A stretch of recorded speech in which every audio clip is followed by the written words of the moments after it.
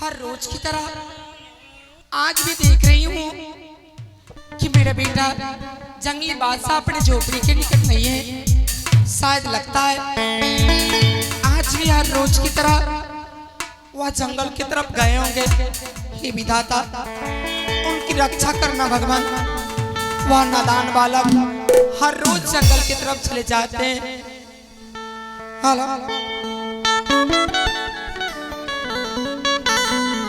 नबरे महीनमा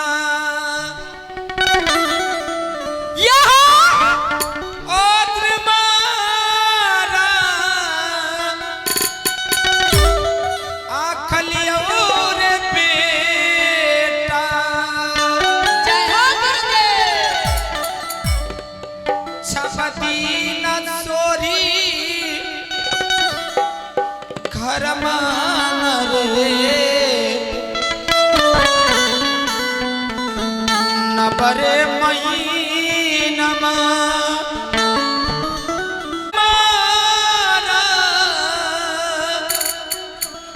आखलियोर बेटा छबदी न सोरी घर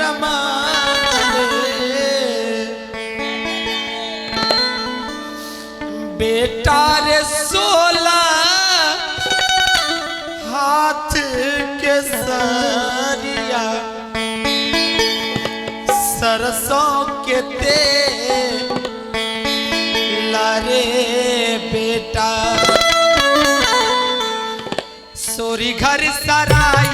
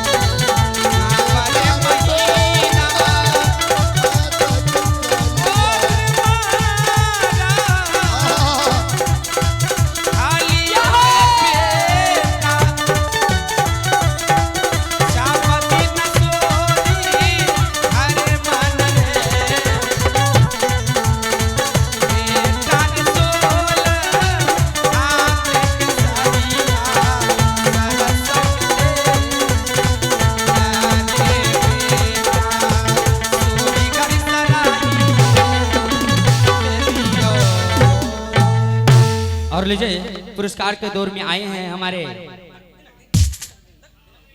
रंजन शर्मा जी का ये धर्मपत्नी है और उनके माध्यम से एक 11 नोट फरमाते हैं।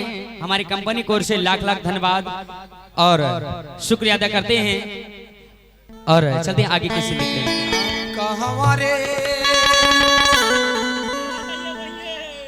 खेल चार बार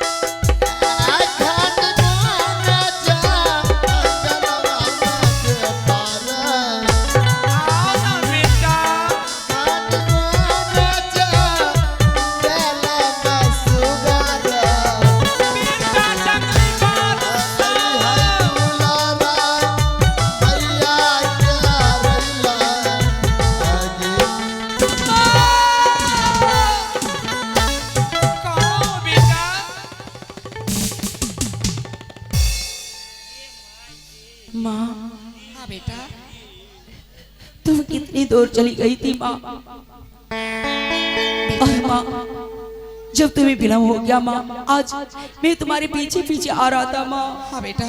और ना जाने आज माँ मेरे पीछे बूढ़ा सिर लग गया था माँ। लेकिन बेटा तुम्हें जंगल की तरफ अकेले नहीं जाना था बेटा। माँ मुझे बहुत जोर से भूख लगाया था माँ, इसीलिए मैं तुम्हारे पीछे पीछे आ रहा था माँ। बेटा तूने अच्छा नहीं किया बेटा। ये तो अच्छा हुआ माँ, जब शेर महाराज ने पे टूट पड़ा खाने के लिए मैं जोर जोर से चिल्लाया। हाँ इस घनघोर जंगल में एक बाबा स्नान करके जा रहे थे गंगा जी से। बाबा? हाँ माँ, वो बाबा ने मेरे प्राणों का रक्षा किया है माँ। क्या किसी बाबा ने तुम्हारे प्राणों का रक्षा किया बेटा? हाँ माँ। लेकिन बेटा वो बाबा कहाँ है? माँ उस बाबा को मैं अपने साथ लेके आया हूँ माँ। साथ में लेके आया हूँ? हाँ माँ। मैं उनसे मिलना चाहती हूँ बेटा। अवश्य माँ। बाबा आइए बाबा, देखिए मेरी माँ इस वक्त भिक्षा मांग के चली आई है, वो आपसे मिलने के लिए चाहती है।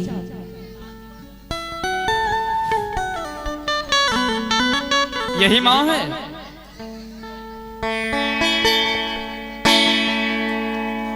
कर जोरी करिए हो देवता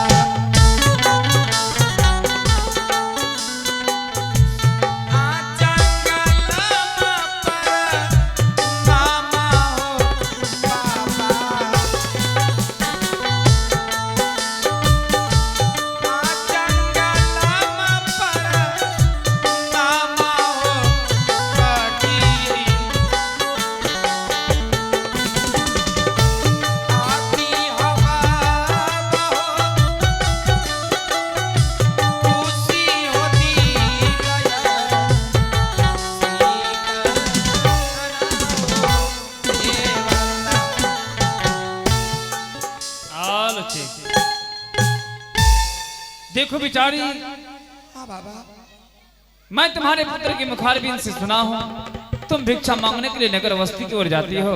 जाती हूँ बाबा। और इस नन्हे से बच्चे को इस जंगल में क्यों छोड़कर चली जाती हो? लेकिन बाबा मैं अपने बच्चे को अपने झोपड़ी में बिठा कर गई थी।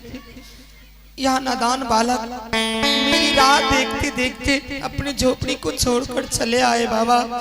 उसके लिए मुझे क्षमा कर दीजिए। मैं आपसे अपने बेटे को अकेले कभी नहीं छोड़ूंगी बाबा। परंतु बिचारी क्या बताऊं, मैं इस वक्त गंगा स्नान करके लौट रहा था। हाँ। जब इस बच्चे के पीछे एक बूढ़ा शेर टूट पड़ा था। बच्चा जोर जोर से चिल्ला रहे थे। मैंने पीछे लौट कर देखा, सोचा शायद इस बच्चे के पास जंगल में नहीं जाता हूं तो शायद ये बच्चे को प्राण नहीं छोड़ेगा। आज जंगल में मैं नहीं होता तो शायद तुम अपने पुत्र के नाम से हाथ धोना पड़ जाते। बाबा, आपने तो एक ईश्वर भगवान की तरह मेरे बेटे की रक्षा किया, पर बाबा अब से मैं ऐसी भूल कभी नहीं करूंगी। हाँ बेचारी, आज के बाद बच्चे के ऊपर ध्यान रखना है, ऐसा भूल नहीं करना है। अब मुझे इजाजत दो, पूजा का वक्त हो रहा है बेचारी, मैं भी पूजा करने के लिए अपनी कुटियों के पास जाऊँ।